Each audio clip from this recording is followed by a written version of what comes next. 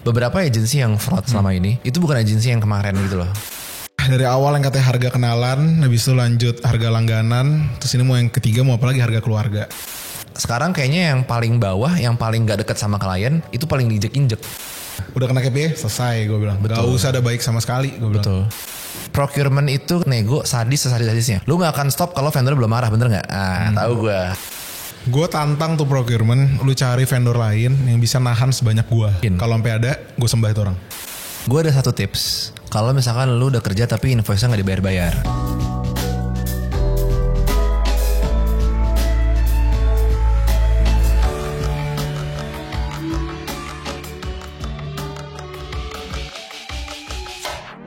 Halo teman-teman semuanya. Hai. Kali ini agak panas loh terus terang. Yes. Karena kita bikin podcast ini berdasarkan karena ada informasi di thread ya. Iya. Mungkin Twitter juga ya. Bahwa di dunia, thread terutama. Di dunia agency atau di kreatif industri ini lagi ada yang panas. Iya. Yaitu adalah lagi ada beberapa yang tumbang-tumbang nih. Tumbang-tumbangnya tuh bangkrut, bisa jadi pemecatan, terus fraud ya. Gitu. Nah cuman balik lagi nih, gue ingetin dulu ya, jangan sebut perusahaan apa, brand apa, karena kita nggak mau jelekin nih Sal. Cuman gue pengen ngeceritain aja bahwa fraud itu bisa terjadi juga ternyata di kreatif industri. Betul. Dan fraud yang kita maksud itu kayak gimana sih? Emang yang lu lihat, yang lu baca gitu? Kalau yang gue baca ya, sebenarnya sekarang kan nggak tahu sih makin kesini karena ya maksudnya kita juga punya beberapa teman-teman di agensi lain juga kali ya. Iya. TOP atau term of payment dari suatu brand atau klien itu agak lumayan makin panjang nih sekarang nih gitu. Mungkin yang biasanya bisa 30 hari terus sekarang naik 60, ada juga beberapa yang di 90 hari. Iya, ya kita gitu. 90 sering. Iya, banyak yang di 90, sedangkan ya kan cash flow berjalan terus ya. Gitu. Ada juga kok satu klien kita TOPDP-nya tuh 30 hari, 90 hari. Iya. TOPDP. Sedangkan proyeknya kelar dalam 2 bulan, 60 hari. Jadi di situ sebenarnya agak lucu aja sebenarnya menurut gua kayak gitu. Tapi ya itu kan berpengaruh dengan cash flow lah. Ngaruh. Apalagi kalau project yang dijalankan bukan hanya satu aja. Ada beberapa project kayak gitu. Ya semua modalin project, terus juga harus bayar salary, expense gitu kan. Vendor. Lama-lama ya cash flow hancur. Pasti kayak gitu. Terus itu fraudnya itu maksudnya ada oknum-oknum di dalam situ yang nilap duitnya atau gimana sih maksudnya? Nah sekarang kan maksudnya banyak yang tanda kutip ya, yang gue denger sih PO atau SPK gitu disekolahin. Oke. Ya, PO atau SPK disekolahin untuk ya lu project financing lah. Gitu, project financing dapat fund dari luar untuk ngemodalin project itu sendiri. Ternyata ada oknum yang ketika duit itu masuk, uangnya itu banyak dipakai untuk kepribadian dia dibandingkan untuk kantor. Gokil parah tuh orang. Mantap tuh orang. Terus. Tapi ini ya gue cuma baca-baca aja ya. Maksudnya gue nggak kenal oknumnya, nggak tahu orang yang di dalamnya juga siapa gimana, gue nggak tahu. Cuman yang gue tahu seperti itu gitu. Terus sampai sebagai vendornya juga vendor yang mereka hire gitu ya, PH lah, desainer lah, banyak kayak gitu. Udah jauh banget TOP-nya dari nunggak. Udah nunggaknya jauh banget sampai datang ke kantornya dan lain-lain gitu. Berarti dampak ke bisnisnya itu paling parah apa tuh? Maksudnya tutup kan pasti kan. Cuman yang lu lihat ini apa yang paling parah dampak ke bisnisnya? Sebenarnya setahu gue tuh ini tuh ada beberapa agensi loh, bukan cuma satu. Bukan cuma satu ya? Bukan cuma satu. Iya. Yang salah satunya yang gue lumayan tahu itu sekarang foundernya ngilang. Wah, oh ini foundernya nih bukan founder. Oke. Founder. Foundernya ngilang, co-foundernya udah pindah tempat lain. Oke. Gitu. Menarik. Lagi transisi nyelesain kerjaan di si perusahaan ini, tapi udah pindah ke tempat lain kayak gitu. Terus berarti employee-nya semua dipecat atau? Kalau dari minggu lalu ya yang gue tahu itu bukan dipecat. Gue nggak tahu ada pemecatan atau enggak, ada layoff atau enggak. Tapi beberapa posisi udah mencium itu dari rata-rata anak-anak account sih, setahu gue. Yang udah tahu itu udah banting surat resign duluan. Gitu. Jadi udah beberapa tuh udah pada cabut semua. Ya gimana kalau lu ngelihat founder lu hilang, co-founder lu udah pindah tempat lain. Iya. Lu mau dibawa kemana kayak gitu. Bener. Itu kan kliennya juga kita ada tanggung jawab ke kliennya kan. Kerjaannya pasti keterbengkalai gitu kan. Pasti. Buat yang bertanya-tanya fraud itu gimana? Tadi kan Ansel jelasin tentang project financing. Jadi project financing di sekolahin nanti dia kasih tahu di sekolah itu maksudnya gimana. Tapi pada intinya adalah ketika kita dapat purchase order dari klien kita, itu kan kita udah dapat bukti lah SPK bahwa kami menunjuk Creativera nih untuk kerjain project ini senilai misalkan 1M misalkan sebagai contoh. Nah tapi kan dibayarnya 90 hari kemudian atau berapa hari kemudian. Tapi kita butuh uangnya sekarang kan. Nah uang yang itu kita habis sekolahin dapat uang itu malah dipakai buat kebutuhan pribadi. Setahu gue buat lifestyle itu buat lifestyle. Setahu gue ya, tapi gue cuma baca-baca doang sih sebenarnya. Gila, padahal uang itu harusnya untuk nge-fund project itu, iya. Oke, tapi dia mungkin ngedesain gimana supaya gajinya lancar, apa segala macam lancar sampai ya udah bom waktu aja gitu ya. Gila, berarti ya tipikor tindak pidana korupsi bukan cuma di tempat-tempat yang common aja ya, tapi maksudnya di agensi pun bisa, Nada. Bisa. Itu yang agensi itu yang gue tahu sampai gajiannya itu dari project financing. Wah, untuk gajian. Anjir.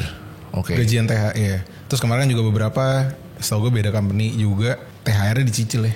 Iya. THR ada yang dicicil lah kayak gitu. Walaupun sebenarnya gue di view dimana kalau THR dicicil gue respect tetap karena masih tetap dibayar kan. Ya, masih ada tanggung jawab lah. Cuman kalau misalnya dicicil sampai kayak gimana gara-gara ada fraud di balik itu, ya gue gak respect lagi sih. Iya.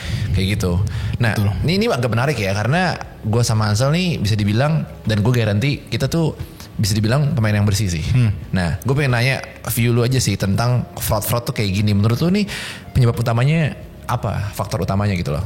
Kalau dari kasus yang tadi gue jelasin ya, maksudnya yang gue coba ceritain tadi sih menurut gue itu udah personal sih sejujurnya. Personal maksudnya parah sih. Ya, sakit di personalnya sih. Iya. Karena sebenarnya kalau misalnya lah kalau uang itu dari project financing udah cair, lu udah bisa nge-fund untuk projectnya itu, terus bilang datang project baru lagi, cash flow lu nggak ada lagi, lu harus project financing lagi. Ya antara dua sih, memang lu nggak sehat mengelola keuangannya atau memang ya mungkin lu di titik kayak lu harus stop dulu deh. Dapat klien baru. Iya. Karena ya nggak mungkin dong lu punya 10 project 10-10nya project financing. Karena ya bunganya kan lumayan ya. Iya. Ada cost of finance-nya. Nah kita tuh sekarang lagi project financing juga. Betul. Makanya gue makin relate dan makin deg-degan, gue merinding pas baca kan, gila ini masalahnya terjadi di kita gitu kan. Maksudnya kita ditransfer sama beberapa private lah. Buat nge-fund project kita gitu kan. Nilainya gak kecil sama sekali. Dan itu kan ada celah nih buat lu misalkan. Buat gue kayak gitu juga deh gitu kan. Tapi lu memilih untuk gak ngelakuin itu. Dan lu memilih buat kayak ya udah kita beneran buat project, bahkan nge-sacrifice jatah kita untuk project itu gitu kan. Betul. Kenapa lu ngelakuin itu Sol? Karena gak tahu sih, maksudnya kayak ya udah bertahun sejak Creativera ini ada lah maksudnya. Ya merasa kayak dari awal itu juga maksudnya kayak kita awal-awal juga kayak ini cash flow gimana nih ini gitu-gitu lah. Maksudnya dari awal kita selalu discuss berdua kalau ada problem di cash flow atau apapun itu gitu. Cuma kalau dari gue memang ya udah merasa cukup aja sih. Maksudnya kayak ya udah cukup kayak gitu. Sama sih. Kayak yang dari awal kita ngobrol kan, kita di sini diteritnya juga gaji ya. Gitu. Gaji bukan tiap bulan ya udah revenue berapa, profit berapa, dah gue malu bagi dividen langsung kayak gitu. Enggak gitu sama sekali gitu.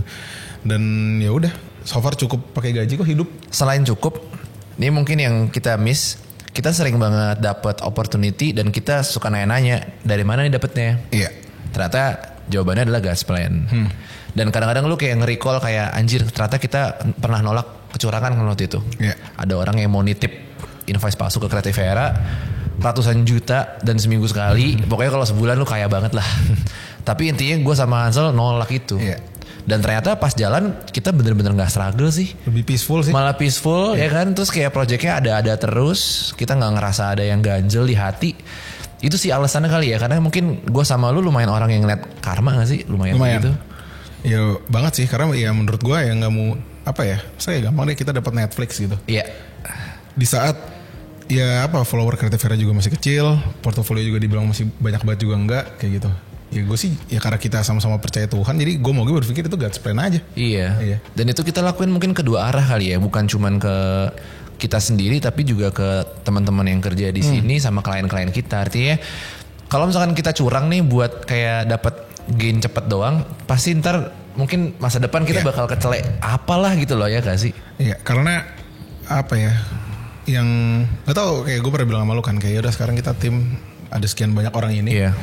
Kita berdua kayak ya dikasih kepercayaan Tuhan untuk ya tanggung jawab kita mungkin tanggung jawab mereka gitu. Ya ada yang udah punya anak, udah ada yang nikah dan lain-lain gitu. Ya kalau dari kitanya aja udah dapat uang yang nggak halal ya mereka kan sebenarnya dia nanti ngasih juga nggak halal. Bener, itu kan serem banget kan. Gitu. Jadi kayak snowball efeknya panjang banget gitu kan. Nah ini tuh sebenarnya nggak jauh-jauh dari uang sih kalau fraud. Karena kan fraud itu ya apalagi kalau bukan dapat uang kan gitu. Tapi gue mau ngeliatin aja sih banyak banget. Ini isu dari beberapa vendor yang speak up juga. Creativera juga punya vendor banyak gila gitu. Cuman kita selalu menjaga nama baik kita kan. Kayak misalkan kemarin ada beberapa vendor yang sebelum lebaran tahu bahwa proyeknya belum cair tapi kan bilang kayak boleh gak sih bayar dulu gitu kan.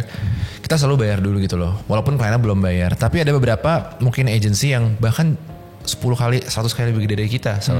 Tapi mereka memilih buat kayak secara sengaja mereka gak bayar gitu kan. Nah menurut lu kenapa ya mereka ngelakuin gitu ya? Maksudnya selain gara-gara fraud tadi atau ada faktor lain ngejaga cash flow atau gimana supaya mungkin teman-teman vendor bisa ngerti gitu? Kenapa sih sebenarnya? Oke, karena kalau boleh jujur ya, maksudnya kemarin dari sebelum lebaran ada kok yang beberapa vendor kita, misalnya dari 10 vendor gitu ya, dengan satu project, itu ada 2 yang honestly jujur kita telat juga. Iya. Paymentnya kita telat. Kalau dari kita pribadi sih memang karena cash flow. Tapi kalau dia nyari dari kita tuh bakal balas gitu loh. Iya. Gue bisa kasih kira-kira tanggal berapa untuk cairnya pada lain kayak gitu.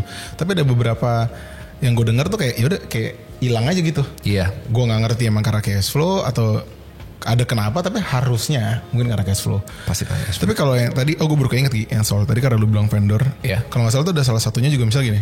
Lu name it deh, ada satu vendor yang dari lu nggak yang kerja sama kita? Dari gua? Nah misalnya kayak dari relasi lu lah.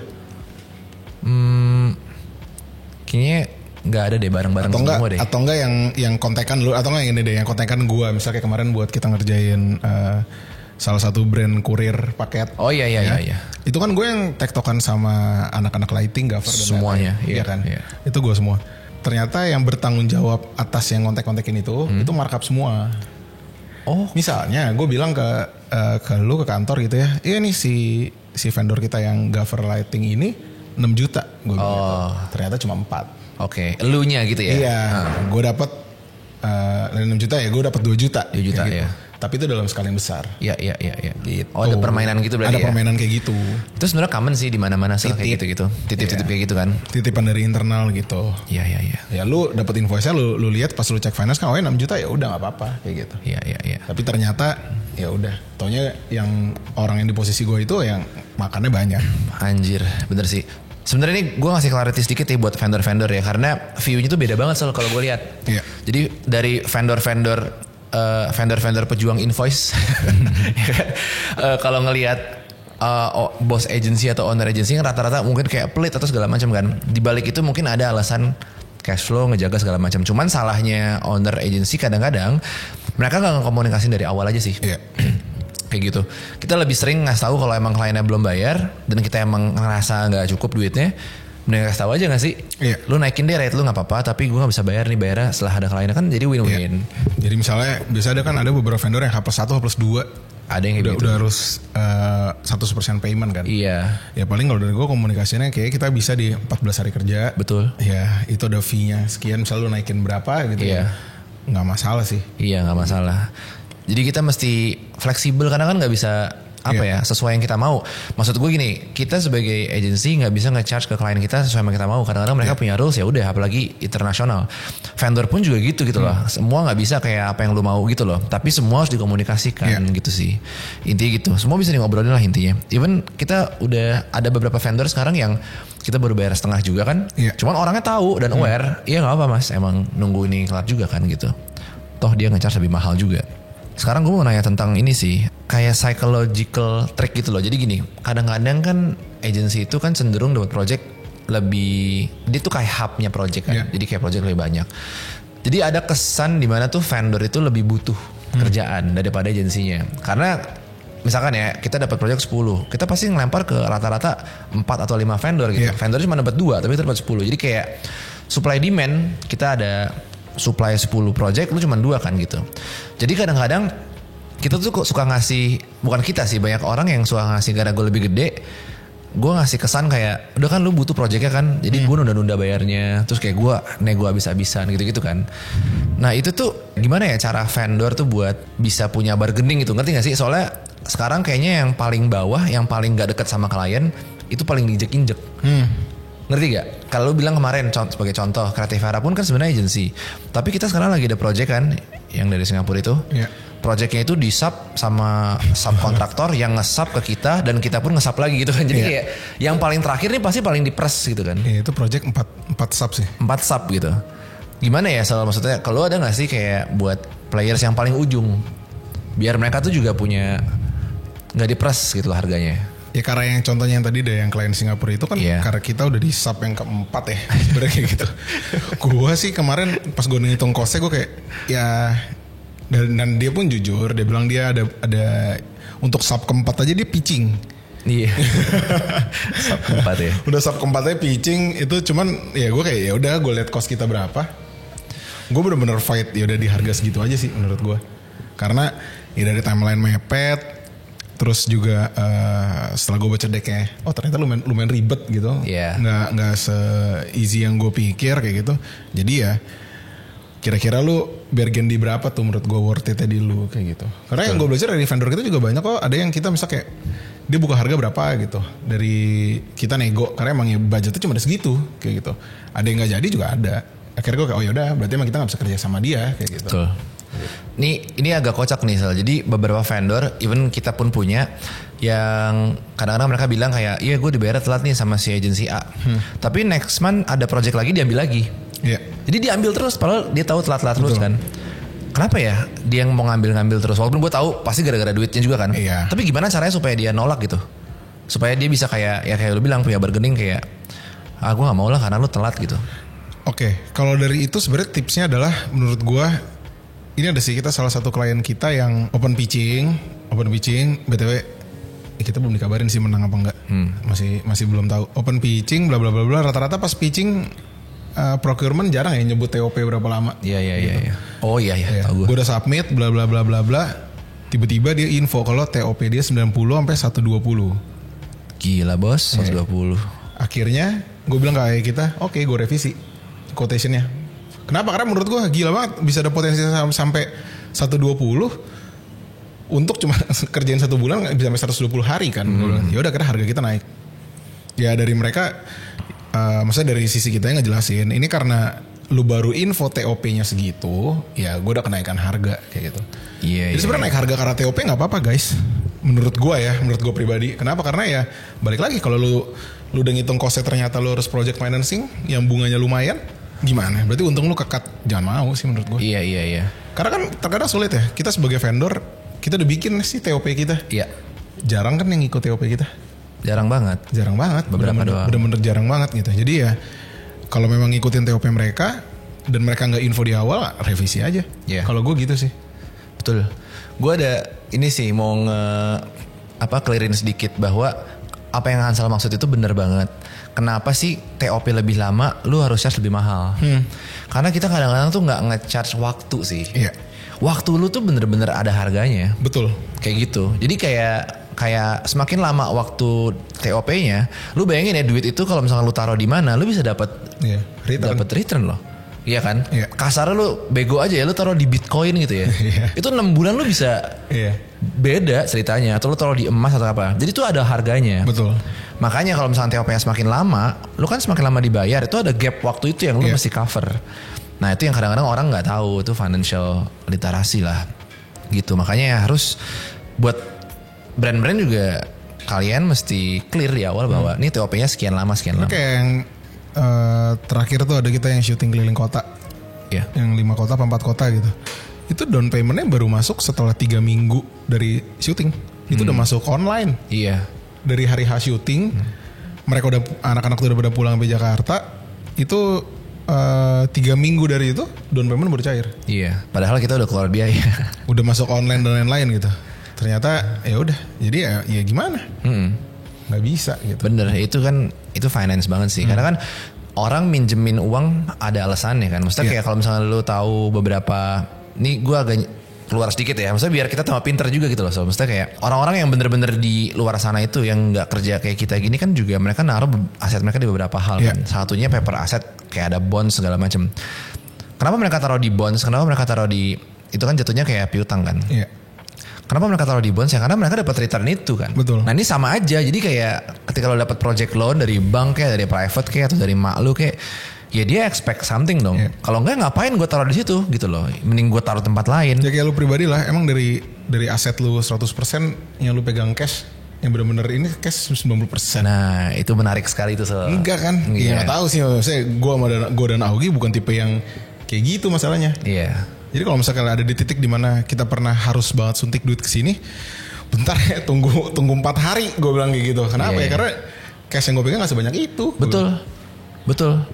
Itu udah game beda lagi sih kayak gitu. Kayak boleh tuh selalu ngomong itu kapan-kapan. Boleh. Jadi gak usah terlalu kayak kreatif bisnis terus.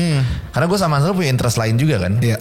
Ini dengan ekonomi kayak sekarang gini terus terang gue kayak lumayan banyak proporsinya bukan rupiah lagi tapi kayak ada currency lain lagi. Itu kan menarik kan sebenarnya dibahas. Betul. Maksudnya kayak detik ini saham yang gue pegang udah gak ada kenapa lagi chaos banget kan? Iya. Ya emang gue lagi reserve cashnya banyak banget. Iya. Ya ntar aja gulung. Iya benar. Mau gimana? Emang kondisi Indonesia lagi begini. Setuju. Nah itu dia. Next episode kita akan bahas yang sisipan kayak gini. Jadi maksudnya kita creative workers atau small business owners, lu mau bikin makanan seenak apapun atau mau kreatif kayak orang gila, kalau lu gak ngerti finance, lu akan tergerus juga gitu loh. Fix bakal tergerus juga. Nah gue ada pertanyaan pribadi yang gue bertanya-tanya ke diri gue dan gue belum nemu jawabannya gitu ya. Jadi beberapa agensi yang fraud selama ini itu bukan agensi yang kemarin gitu loh. Agensi gede banget gitu loh. Karyawannya banyak gitu kan. Tapi yang gue bingung adalah ini tuh kayak udah rahasia umum kadang-kadang. Dibaliknya kayak begini segala macam. Cuman brand-brand yang skalanya besar segala macam tetap mau kerja sama mungkin yang udah well established gitu kan. Padahal gue bener-bener players juga nih di sini. Gue nggak nge-back buat job ya. Gue I'm okay gitu. Cuman gue ngeliat bener-bener kanan kiri gue ya di luar Jakarta segala macam banyak banget agensi yang bagus. Tapi mereka nggak dapat akses, mereka nggak dapat kesempatan buat ngerjain project-project yang ya lo lihat aja lah, yang ada di TV-TV dan di YouTube. Nah kenapa ya? Selama brand-brand ini confidentnya tuh ke brand itu lagi, mereka nggak mau explore gitu loh ke creative workers yang lain. Oke, kalau menurut gue mungkin ada sih beberapa agensi besar yang gimana ya bilangnya ya, yang foundernya atau CEO-nya itu ternama. Ya soalnya yang gue denger ya ada, tapi udah 3 tahun lalu lah, 3-4 tahun lalu sih kayak gitu, kayak kenapa si brand besar ini ke mereka kayak gitu. Oke. Ternyata karena ya kayak lu dapat exposure gratis gitu loh untuk asal project yang itu gitu. Dibandingkan lu udah bikin project terus lu harus bayar kayak OL lagi, bayar apa lagi apa dan lain-lain gitu. Untuk PR-nya dan lain-lain ya. Sedangkan dengan sama yang sana gitu ya, lu udah dapat exposure gratis. Iya, kayak gitu. Bener. Berarti ekosistem ya jatuhnya ya. Bener sih, itu bener juga. Karena beberapa yang mungkin punya ekosistem atau punya followers lebih gampang ya orang buat ini ya. Dan terus terang ya, gue juga ngerasa itu saat-saat ini sih. Kayak misalkan sebagai contoh kayak beberapa klien kita yang kita kerjain, tapi mereka ada beberapa offer kayak mungkin kayak bisa ada di podcast ini atau kayak gimana kita kolaborasi, post. Gue baru nyadar ternyata itu ada value-nya. Brand image lu atau kayak masa lu. Kita agak telat aja sih. Agak telat gitu loh. Tapi gak apa-apa, maksudnya kayak daripada gak sama sekali kan. Betul. Kayak gitu. Makanya sekarang gue nge-encourage orang-orang kreatif juga buat jangan stick ke satu service doang, tapi lu coba agak merambah kemana-mana. Karena kayak misalkan Creative Era contohnya gitu ya, kita bikin YouTube lah, kita bikin konten kayak gini, itu kan nambahin exposure kan. Even kemarin gue sama Coach Anes juga ngebahas hal yang gue gak comfortable buat ngomongin kayak relationship segala macam, tapi ternyata viewsnya bagus dan ngebawa banyak banget pertanyaan. Creative Era tuh apa sih gitu-gitu loh, ngerti gak sih? Jadi ya banyak aja gitulah intinya, ekspor berbagai marketing activity aja. Gue tuh ada beberapa temen di industri, mungkin industrinya tuh kayak sustainability gitu deh, kayak green gitu ya, bahwa mereka itu tuh susah banget dapat investment karena banyak banget pemain-pemain di industri yang sustainability gitu, kayak waste management apa segala macam, ujung-ujungnya fraud. Gue gak tahu sih fishery apakah termasuk dalam industri itu, tapi kan lu tahu fraudnya memalukan sekali kan. Terus ada beberapa lagi tuh gue gak mau sebut juga lah, intinya yang kayak waste management punya artis juga, itu kan juga ternyata fraud kan segala macam. Jadi gak ada kepercayaan investor terhadap industri itu. Padahal temen gue pribadi itu orang yang sangat lurus. Beneran dan dia bener-bener bagus bisnisnya. Tapi jadi susah dapat akses gara-gara 1-2 gelintir orang yang goblok gitu. Betul. Nah, gue gak mau bahas itu. Gue mau bahas di industri kita. Dampaknya apa ya ke industri secara overall? Gara-gara cuma ada 2-3-4 orang goblok ini nih yang ngelakuin fraud segala macam sehingga ngerusak semua image.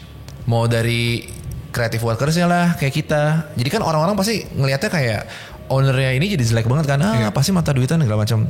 Brand juga ngelihatnya ya duit gue ditilep doang gitu kan. Itu apa ya dampaknya ke industri menurut lo?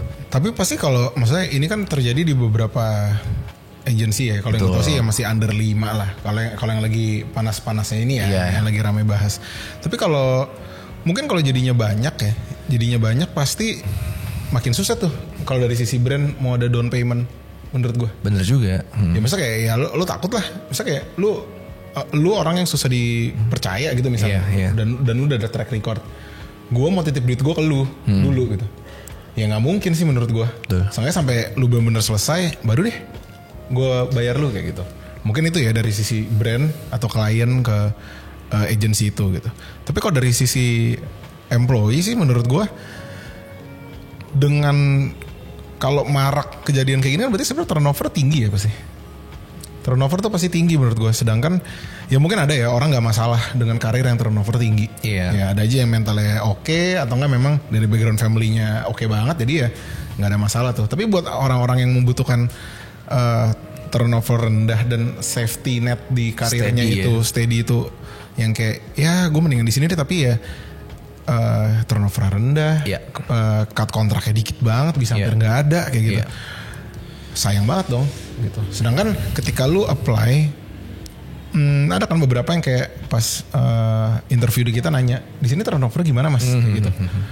Dia mau tahu gitu. Karena kenapa? Karena lumayan apa ya dari sisi kalau misalnya dari company startup agency gitu lumayan banyak kan yang turnovernya tinggi banget. Kayak gitu. Yang kemarin gue cerita sama lu salah satunya yang agensi dari luar yang depannya G. Yang orang itu kan juga taunya ternyata turnovernya tinggi banget gitu. Jadi ya buat orang-orang yang butuh untuk safety ya dia jadi akan meragukan company itu kan. Betul. Sedangkan kalau misalnya lu sebagai HR ditanya lu pasti akan jawab ya mungkin bisa ada HR yang bohong bisa juga ada yang jawab apa adanya gitu. Tapi sampai lu bener-bener duduk di kursi lu di sini baru lu tahu kan sebenarnya tuh gimana. Gitu. Ya karena percuma juga ya maksudnya jadi workersnya kerja di sana cuma 2 bulan udah dipecat. Terus habis itu dia bingung lagi kayak gitu. Lagi apa ya?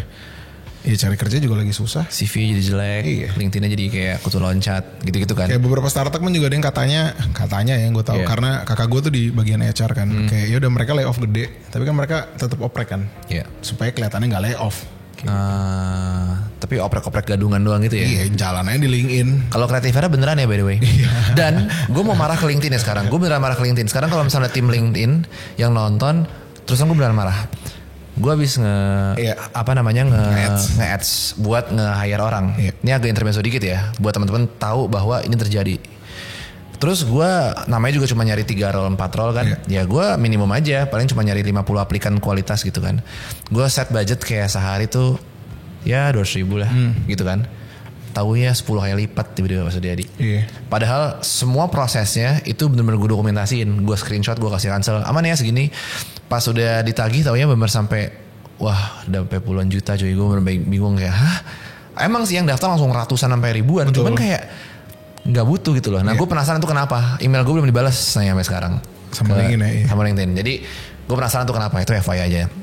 Apakah itu fraud juga ya nggak tahu nggak lah bercanda. Tapi intinya coba inilah kalau ada orang yang kerja di LinkedIn ya gue sangat kecewa sih. Itu udah cost gue kayak berapa orang tuh. Banyak banget itu. Iya kan. Nah terus gue sempat gini sih, kemarin kan gue sempat ada project financing kan ke beberapa, bahkan adik gue sendiri terus terang. Kenapa sih? Karena ya gue nggak mau dari yang mungkin kayak dari bank apa segala macam, karena gue mengutamakan dari yang circle satu dulu aja, karena kan paling trust. Tapi gue nggak kebayang kalau misalkan kasus ini muncul sebelum kita ada kebutuhan itu. Pasti orang-orang sekitar kita ya agak skeptis kan. Anjir Gi, ini bener persis banget projectnya kayak lu. Terus lu sama minta gini ya, gue enggak lah. Iya kan, jadi secara nggak langsung nih orang-orang oknum ini, walaupun gue gak kenal kayak gimana orangnya, gue nggak tahu dia kerja di mana juga, tapi itu dampaknya sampai gue juga loh. Susah gue buat nyari project financing gitu loh. Betul. Kayak itu gitu. Benar sih. lumayan jadi susah sih jadinya karena ya orang jadi lumayan takut ya kalau yang private kayak gitu. Iya.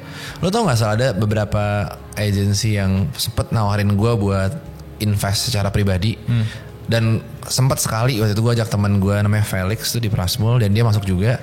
Telat bayarnya. Terus dia nawarin lagi. Ingat gak yang gue sempet nawarin lu juga mau gak masuk nih sekitar berapa gitu. Ternyata usut punya usut. Udah ketahuan ternyata itu bodong terus. Jadi dia bener nge-create itu SPK. Nge-create itu PO, kliennya tanda tangan, bahasa segala macam, itu bohong semua ternyata. Gila buat kan? Apa nama dia? Apa? Dipakai buat apa itu? Nggak tahu buat apa. Pokoknya kita bayar ke dia, ntar dia balikin ada returnnya kayak 7%, 8%. Tapi kan 8% nggak setahun kan. Misalnya kayak cuma 3 bulan period segitu kan ya lumayan juga. Ya, cengli. Iya gitu loh. Siapa yang nggak mau gitu kan? Ya tapi ternyata itu fraud juga. Jadi dia untuk nutupin yang lain. Jadi menurut gue kayak buat teman-teman yang mau invest kayak gitu ya, make sure orangnya bener sih dan lihat hidupnya aja kayak gitu. Betul. Lu ya maksudnya ya lu bisa lihat lah orangnya kayak gimana sih. Iya. Orangnya kira-kira sketchy gak gitu kan. Kalau misalkan orangnya kayak minta-minta loan, minta-minta pinjaman tapi kayak perasaan lu pakai Lambo deh. Atau kayak lu kayak tajir banget, lu jualnya mobil lu gitu kan. Jadi ya iya sih, mungkin teman gue yang lihat yang teman sepeda gue kan yang project financing yang kayak kita itu juga. Ya mungkin karena dilihat kayak oh ya udahlah Hansa juga bener-bener nggak ada ganti sepeda ya udah. Gitu. Standar aja gitu. Gitu sih yang banyakan. Itu juga kalau nggak salah yang fraud di industri sustainability itu foundernya beli Lambo cuy. Bener-bener pakai Lambo terus kayak parkir depan Sensi gitu-gitu. Ya nggak masalah sih emang kalau bisa mah. Iya. Keren abis. Cuman kalau misalkan pakai duit investor lu terus cabut sih kagak ada keren-kerennya sih menurut gue. Kayak gitu. Jahat sih. Jahat. Gue mau balik ke ini ke teman-teman vendor. Kenapa? Karena gue emang berangkat dari vendor juga. Gue kan freelancers kan. Jadi gue akan melupakan roots gue gitu. Gue di tim vendor banget lah intinya.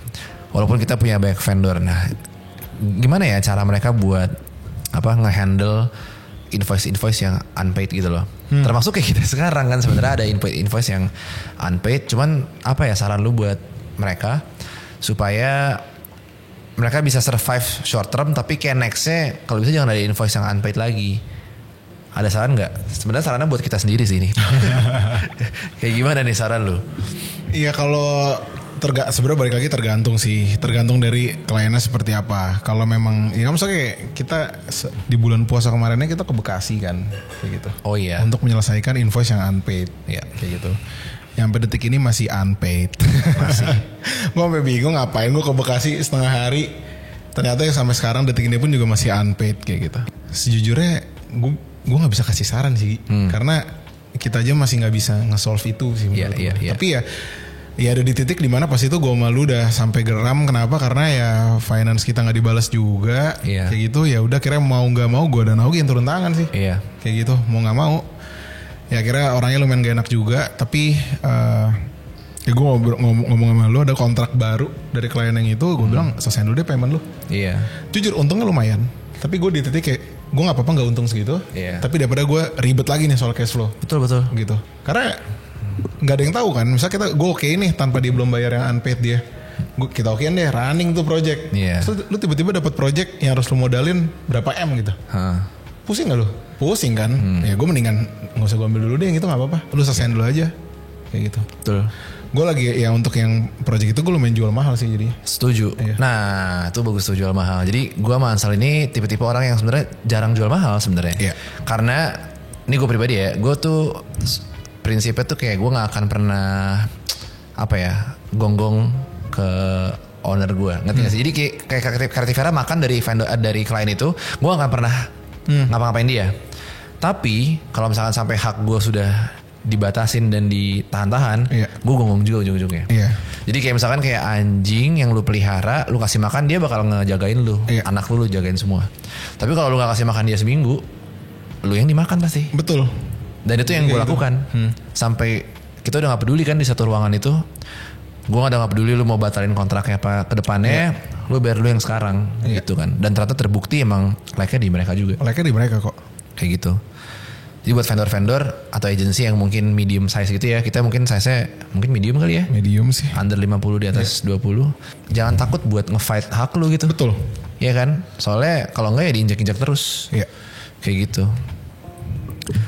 Kemarin juga dia sempat bilang katanya mau dibayar, saya make sure sebelum lebaran kan. Lebaran kapan sih? Udah lama banget, orang udah pada kerja lagi sih. Belum bayar juga. Dan ini sih di kontrak baru biasanya kan ya klasik lah buat mbak-mbak mas-mas procurement kalau lu nonton ini ya kan. Gue tahu KPI lu nge-push harga serendah-rendahnya. Iya. Gue udah ngebaca itu kok bertahun-tahun. Dari awal yang katanya harga kenalan, habis itu lanjut harga langganan, terus ini mau yang ketiga mau apa lagi harga keluarga. Iya. Gak mungkin gue bilang. Jadi yang kontrak baru pun juga dia ini kayak ini bisa nggak ada, maksudnya kayak ini kan kita udah lanjut kontrak terus sama kalian. Gitu. Ada ini nggak? Definisi jawaban gue enggak. Iya. Kenapa? Karena ya payment lu macet banget. Payment lu macet. Beberapa kali urgent bos lu minta weekend harus ngapain lah. Setuju banget. Gue bilang kayak gue bisa jawab sih pas weekend anak-anak itu gue udah mau jawab. BTW bayarnya dulu. Ya. Baru anak-anak kerjain tuh weekend. Betul. Enggak deh. Betul. Itu anjir, gue juga ikutan deh Sal. Nih buat procurement nih gue kasih tahu ya. Jadi procurement itu kan ada di satu organisasi atau perusahaan buat nego sesadis-sadisnya. Iya. Lu gak akan stop kalau vendor belum marah, bener gak? Tahu gue.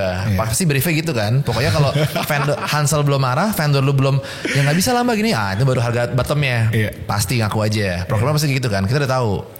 Nah tapi jangan salah ya, itu tuh pedang bermata dua. Maksudnya lu sebagai procurement itu bisa ngancurin reputasi perusahaan lu loh. Iya. Dan lu bisa nge-kick atau secara gak langsung bikin vendor-vendor terbaik company lu itu cabut gara-gara lu. Sesimpel karena lu gak ngehargain value yang di offer karena lu cuma peduli sama nominal yang lu bayar. Iya. Gue tantang procurement mana yang ngerti project yang kita kerjain, gak ada. Mereka cuma ngerti invoice-nya apa, deliverable apa. Betul. Sedangkan usernya peduli sama outputnya itu dua bertolak belakang gitu loh. Jadi mereka juga sebenarnya saling nggak suka gitu kan. Terus udah gitu paymentnya berantakan gara-gara procurementnya banyak banget syarat-syaratnya, pertanggungjawaban ke bos, ke ibu, ke bapak ya udahlah ribet kan. Itu mungkin ini buat director perusahaan manapun ya. Kalau ada procurementnya sama usernya itu nggak match, itu udah pasti vendor cabut semua. Iya.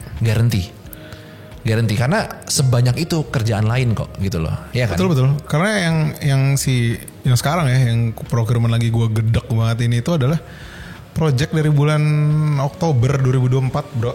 Iya. Gue tantang tuh procurement, lu cari vendor lain yang bisa nahan sebanyak gue. Iya, nggak mungkin. Kalau sampai ada, gue sembah itu orang. Iya, nggak mungkin. Gak mungkin. Bener-bener gak mungkin menurut gue. Iya, nggak mungkin parah. Gak mungkin parah untuk nominal seperti itu ya menurut gue. Karena ya susah sih menurut gue. Lu sebagai procurement lu aja gak ngerti kok sebenarnya projectnya apa. Yes. Terus lu yang belaga ngecek dan lain-lain kayak gitu. Bener. Itu menyulitkan kan. Kita tadi gini loh, maksudnya kita nganggap itu lumayan nilainya. Ini tapi topiknya fraud tapi jadi kesini ya.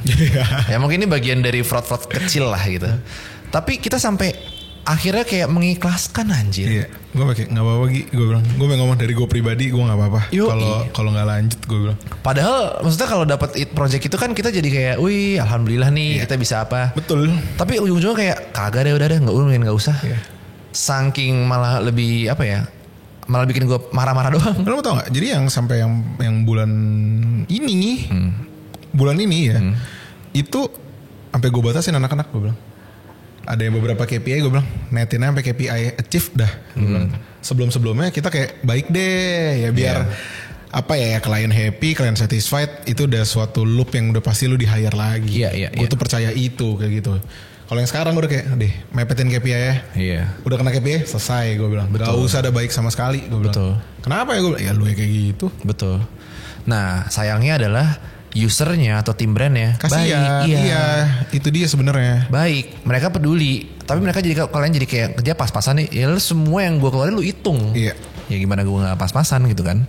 Nah itu kalau untuk medium size, kalau apa big agency gitu gue yakin bargainingnya lebih gede lah. Iya. Ya kan, maksudnya ya mungkin lebih enak lah. Kalau medium kita kayak gitu syarat caranya. Jadi kita berani untuk maju, ngomong langsung sama CFO ya segala macam. Nah kalau yang kecil, yang bener-bener kalau lu mau ngelawan pakai hukum juga lu apaan sih, udahlah nggak mungkin bisa bayar juga gitu. Tapi invoice nggak dibayar-bayar, mereka harus ngapain? Kalau menurut lu nih? Ya sistem rimba ya lah bro. Yo, iya baru gue ngomong. Gue ya karena gue mau pernah datang ke suatu coffee shop. Sorry tuh saya emang agak marah-marah juga. Ini gue mau minta hak gue kok. Itu aja sebenarnya. Maksudnya kayak gue cuma minta hak gue doang. KPI achieve, semua yang tertera detail di quotation gue udah lakuin semua. Gitu. Ya tapi maksudnya kayak ya udah lu datang ke tempatnya sebisa mungkin ya lu push lah gue bilang. Jangan ada kekerasan tapi. Nggak ada. Kita tipis banget hampir ada kekerasan. Nada tinggi dikit aja. Karena ya gue geram aja sih sama orang seperti itu kayak gitu sebenarnya. Tapi bukan ada pertanyaan kalau misalnya di luar kota atau gimana ya kalau emang udah nggak bisa ya udah bro. Tuhan ganti berapa kali lipat kok nantinya. Misalnya kayak ya mau nggak mau kalau emang harus lu ikhlasin segala cara udah lu coba lakuin ya. Gue bilang itu. Ya udah. Gue ada satu tips. Kalau misalkan lu udah kerja tapi invoice-nya gak dibayar-bayar. Buat freelancers atau buat creative workers semuanya gitu ya. By the way tips ini bisa backfire ke gue juga. Tapi gue berani ngomong kenapa? Karena gue gak ngelakuin itu. Kalau misalkan lu mungkin size-nya kecil gitu ya. Terus kayak lu mau ngadu ke pengadilan juga gak bisa segala macam gitu ya. Satu hal yang lu bisa lakuin dan itu vendor gede pasti bakal kicep. Lu post. Itu bener-bener organik. Lu viral bener-bener cepet banget. Lu tag semua player-player di industri lu. Pejuang invoice lu tag, Creativera lu tag, kita repost, bener-bener segala macam viral, tutup itu pasti tempat. Pasti. Gue paling takut sama kayak gitu-gituan. Makanya ketika ada vendor-vendor yang miskom, kayak waktu itu miskom, udah deh dia punya followers, dia punya dia oke lah, maksudnya kayak punya influence, bayar aja udah. Diem lu udah gitu loh. Kita gak suka tapi udah daripada lu ngepost-ngepost gak jelas gitu loh. Dari kita kan yang itu ya udah bayar aja. Dah tapi gue gak pakai lu lagi. Betul. Jadinya gitu. Kayak gitu. Ada kok kalau gak salah agensi mana ya atau PH gitu ya yang gak bayar fotografernya atau siapanya gitu. Dia mikir kayak alah fotografer gak jelas gak mungkin desain juga. Tutup sekarang PH-nya. Gara-gara fotografernya ngeiniin lu bela, gue bela, Ariel bela, semua bela. Gitu sih. Gue ada case juga soalnya beberapa temen gue fotografer, gue gak sebut nama, dia freelance terus gak dibayar, dia ngasih tau gue kenal sama si ownernya tempat itu, gue bilang lu fotografernya sampai ini nih nyapa gue, malu banget kan. Akhirnya si owner ini kayak pengen ngancam-ngancam ke fotografer, lu gak usah ngadu-ngadu ya ke teman-teman gue gini segala macam kan, makin digas di story di mana-mana, udah langsung dibayar. Jadi orang takut kalau pakai rimba. Inilah pakai cara pinjol. Pakai cara pinjol. Maksudnya kayak ketika lu orangnya udah nggak bisa, lu kontak, maksudnya kayak udah nggak jelas kayak gitu, lu mulai ke circle temennya. Ya lu malu lah. Jadi lu desaknya dari sebelah-sebelahnya, mau nggak mau. Betul. Gitu. Itu sih yang penting lu harus tahu benar-benar detail itu perusahaan tuh kayak gimana sih. Asli. Dengan catatan ketika lu mau speak up di sosial media yang free banget ini, lu harus ready dengan data-data itu. Jadi jangan cuma asal-asal ngomong, tapi screenshot chatnya apa segala macam secara kronologi lu bikin yang rapih. Wah itu sih mantep, makanan netizen itu. Guarantee lu langsung dibayar dan langsung rame job lu. Tapi kalau klien gak balas hari lewat dikit, jangan lu langsung gituin. Iya coy. Maksudnya kayak ketika udah berapa bulan, udah setahun, ulang tahun gitu kan. Kita kan baru kayak gitu kita berdatengin ke kantornya setelah udah 6 bulan. Menurut kita udah gak make sense. Dan udah gak jelas ditunda apa. Maksudnya kayak udah di kontak udah susah. Susah iya. Janjinya 90 hari ya? Berapa sih? 30 hari pak. Iya, ini jadinya udah lebih 3 bulan. 6 bulan berarti kan 30 kali 6 kali lipat. Iya. Dengan normal. Masa mau nungguin anniversary kan gak bisa gitu dong. Apa ya, ini sekarang pertanyaan beberapa lagi ya, karena udah 40 menitan ya kan. Ini mungkin saran deh buat, ini terakhir deh gue tanya ke lu gitu ya. Saran, bukan saran sih, tepatnya kayak apa ya yang CEO-nya agency atau kayak bos agency lakukan untuk bisa nge-manage multiple project itu yang banyak ya. Even kayak kita sekarang gitu.